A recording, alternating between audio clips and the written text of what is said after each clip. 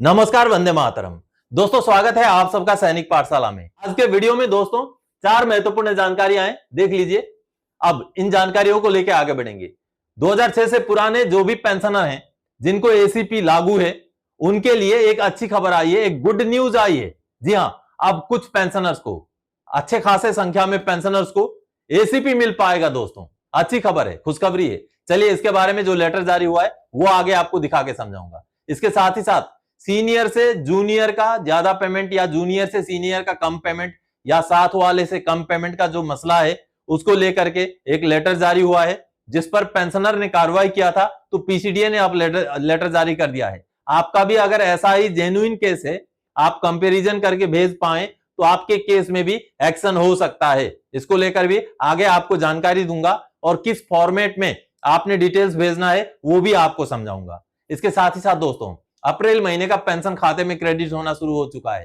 तो ऐसे में अप्रैल महीने का जो पेंशन है वो 58% डीए के हिसाब से ही मिल रहा है, डीआर के हिसाब से ही मिल रहा है। अब बहुत जल्द आगे 4 महीने का एरियर मिलेगा, उसके बारे में भी बात करेंगे दोस्तों। साथ ही साथ चिल्ड्रन एजुकेशन अलाउंस का 2024-25 का भुगतान कब होगा, जो पेंशनर को मिलता है वो कब होगा। इसके साथ ही साथ सर्विस के दौरान का भी पेंशनर्स का छूटा हुआ चिल्ड्रन एजुकेशन अलाउंस अगर आप क्लेम करें तो वो भी मिल सकता है। साथ ही साथ दोस्तों, क्रूशियल समय अब शुरू हो चुका है, 2025-26 का भी आप अप्लाई जल्दी से कर दीजिए। इसके बारे में भी बात करें। चलिए अब आगे बढ़ते हैं दोस्तों। सबसे पहली जानकारी, अगर आपका भी पे पेंशन जूनियर या साथ वाले से कम है, मिल रहा है, तो रिकॉर्ड ऑफिस करेगा कार्रवाई।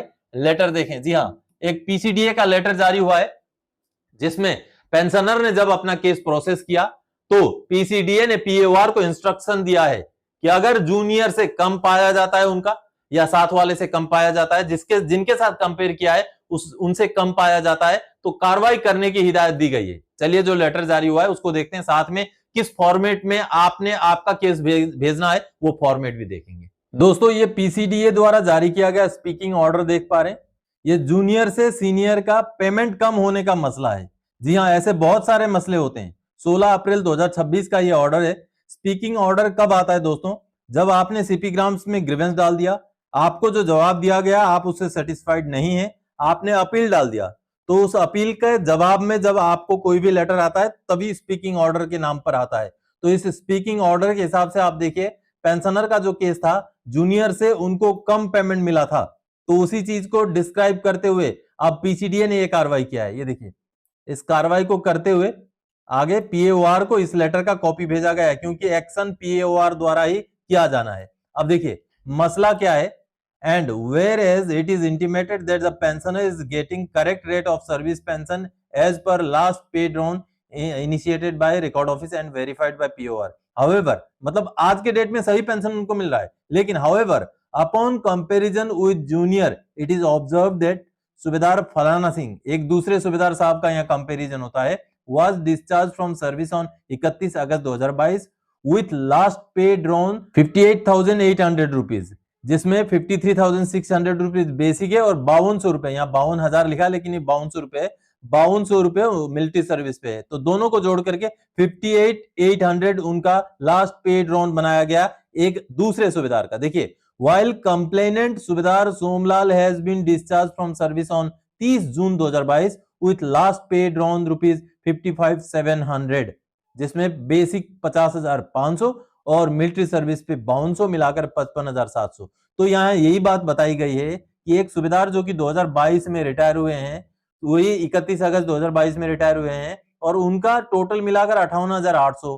वहीं एक सूबेदार जिनका 30 जून 2022 को रिटायर हुए हैं और उनका ये टोटल मिलाकर 55,700 रुपए, तो कहीं ज्यादा डिफरेंस है। तो इसी बात को यहाँ दर्शाते हुए पूरा डिफरेंस भी यहाँ बना दिया। देखिए, पीसीडीए ने ये लेटर जो भेजा है सूबेदार सोमलाल जी का, देखिए ये कब के एनरोलमेंट है, कब के डिस्चार्ज हैं और नेट क्वालिफाइंग सर्विस कितना है, ये सारा डिटेल्स यहाँ डाल दिया उनका।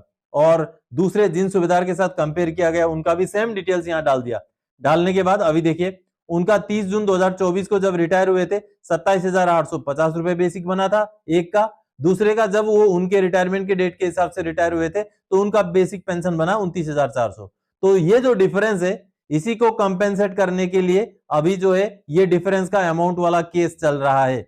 हालांकि उनका जो जुलाई 2024 से दोनों का बेसिक पेंशन OROP 3 का रेट में 31,500 ही है, यानी कि आज के डेट में बराबर है। लेकिन जो बीच में रिटायरमेंट के डेट से लेकर के 30 जून 2024 तक का रिवीजन होना है इस लेटर के बेस पर, इस आदेश के बेस पर, तो अब ये पीओआर को लेटर भेज दिया है पीसीडीए ने। आगे पीओआर जब इस पर छानबीन करेगा, कार्रवाई करेगा, रिकॉर्ड ऑफिस और पीओआर जब एलपीसी कम डाटा शीट बना के भेजेंगे, तो उस बीच के पीरियड का उनका जो भी डिफरेंस का अमाउंट है वो उनको एरियर के तौर पर इन पेंशनर को मिल सकता है दोस्तों। अब इस केस को उन्होंने कैसे प्रोसेस किया था, उन्होंने एक फॉर्मेट जो सैनिक पाठशाला के द्वारा उनको दिया गया था, उस फॉर्मेट में डिटेल्स बना करके उन्होंने सीनियर और जूनियर का कंपैरिजन करके भेजा था सीपी ग्राम्स के थ्रू से। तो चलिए वो फॉर्मेट देखते हैं।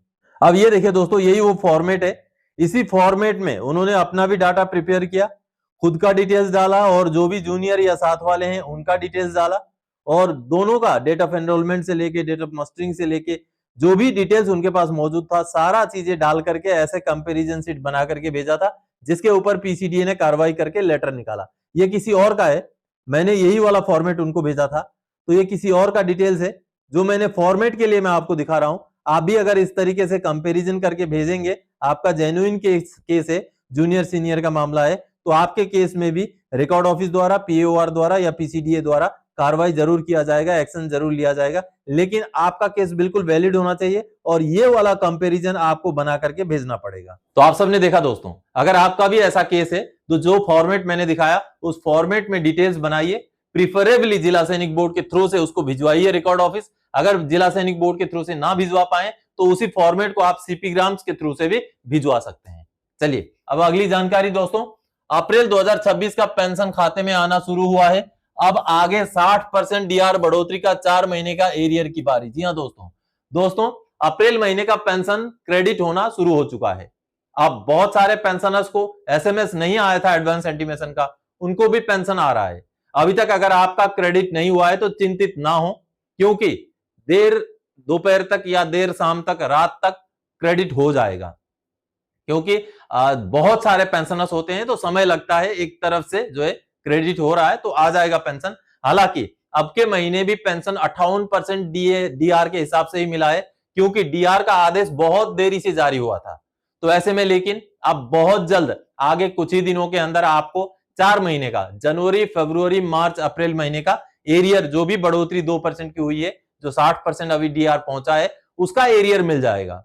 और आगे अगले महीने से, मई के महीने से बढ़ा हुआ रेट में पेंशन भी मिलना शुरू हो जाएगा दोस्तों। तो अभी पेंशन क्रेडिट नहीं हुआ है तो चिंतित ना हो, कुछ देर इंतजार करें, पेंशन क्रेडिट हो जाएगा। चलिए अब अगली जानकारी दोस्तों, बड़ी खुशखबरी, प्री 2006 के लिए एसीपी पर आई गुड न्यूज। बहुत जल्द मिलेगा फायदा, पुराने केसेस होंगे क्लियर। जी हाँ दोस्तों ईएमई में बहुत सारे केसेस को लेकर के ईएमई रिकॉर्ड की तरफ से पेंशनर को बार बार यह जवाब दिया जा रहा था कि ये टाइम टेकिंग प्रोसेस है, बोर्ड ऑफ अफसर काम कर रहा है, समय लगेगा।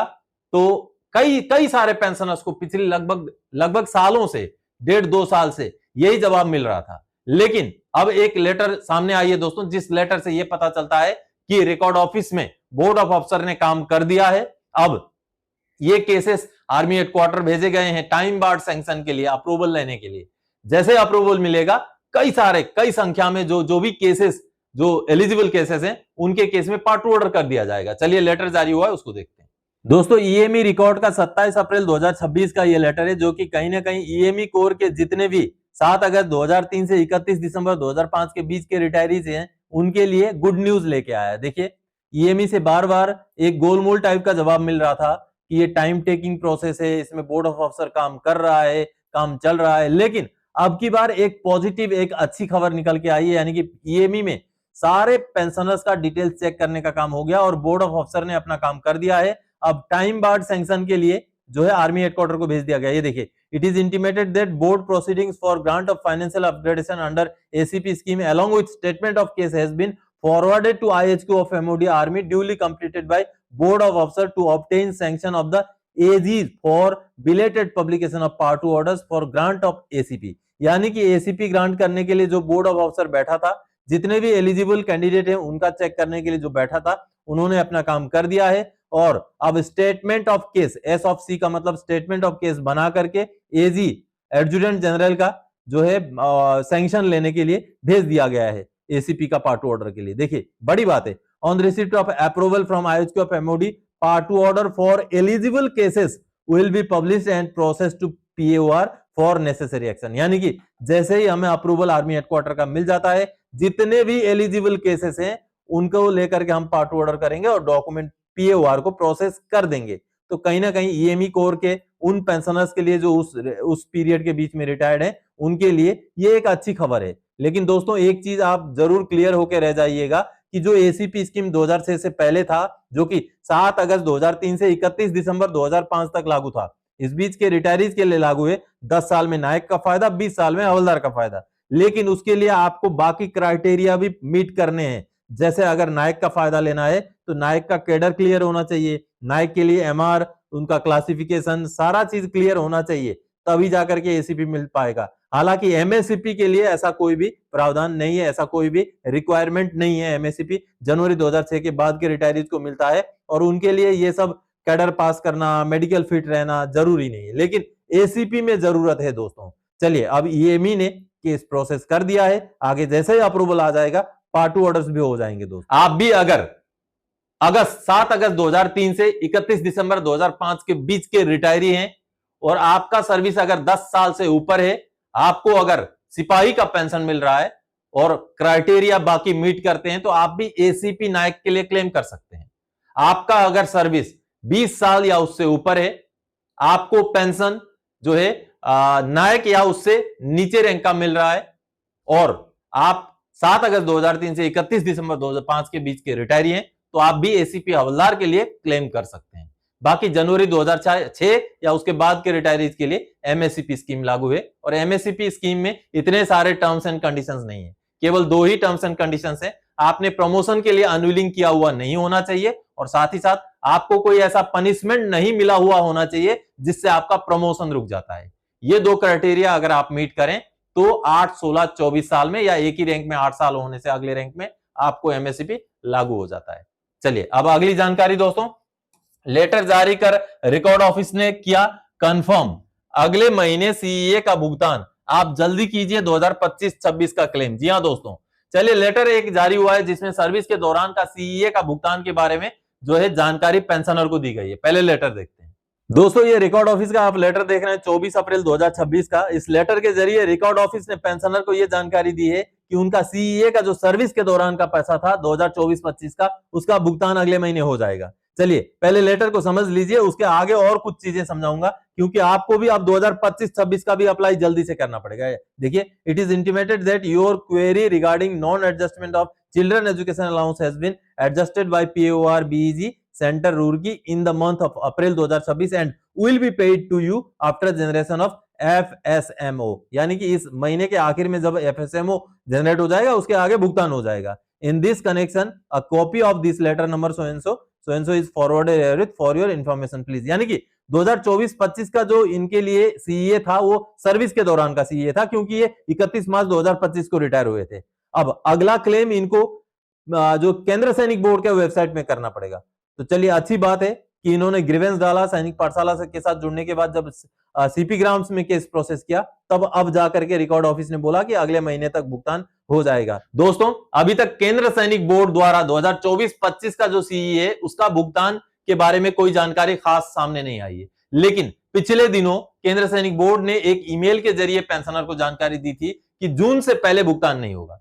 तो अगर जून के महीने से भुगतान होता है तो उसमें आगे और समय लगेगा, इकट्ठा भुगतान नहीं होता है। केंद्र सैनिक बोर्ड से जब भी भुगतान होता है फेज वाइज होता है, फंड अलॉट होता है, जितने भी प्रायोरिटी में होते हैं उनको पहले भुगतान कर दिया जाता है, फिर आगे 2-4 महीने बाद फिर से फंड अलॉट होता है, उस हिसाब से फेज वाइज भुगतान होता है। तो अगर मान लीजिए जून के महीने से भुगतान शुरू हुआ तो आगे 1-1.5 साल भी लग सकता है भुगतान होने में। 2024-25 की मैं बात कर रहा हूं, लेकिन साथ ही साथ अब 2025-26 का भी एप्लीकेशन खुल चुका है। जी हां, केंद्र सैनिक बोर्ड के वेबसाइट के अंदर ये अप्लाई करने का कार्यक्रम शुरू हो चुका है। तो आप देरी ना करें, डॉक्यूमेंट्स इकट्ठा करें और 2025-26 का भी एकेडमिक ईयर का जो है क्लेम आपका सबमिट कर दीजिए। जब भुगतान होना है वो होता रहेगा, वो आपके हमारे हाथ में नहीं है। जब भी होगा तो सही। आपने अगर सही डॉक्यूमेंट्स के साथ अप्लाई किया है, कोई ऑब्जर्वेशन नहीं है, तो भुगतान तो होना ही होना है। लेकिन जब भी होगा वो हमारे हाथ में जब नहीं है, तो उसकी 2024-25 की चिंता आप छोड़ दीजिए और 2025-26 वाला जल्दी से अप्लाई कर दीजिए दोस्तों। हालांकि लास्ट डेट इस समय है, लेकिन जितना जल्दी अप्लाई करेंगे उतना जल्दी आपका एप्लीकेशन आगे प्रोसेस हो जाएगा।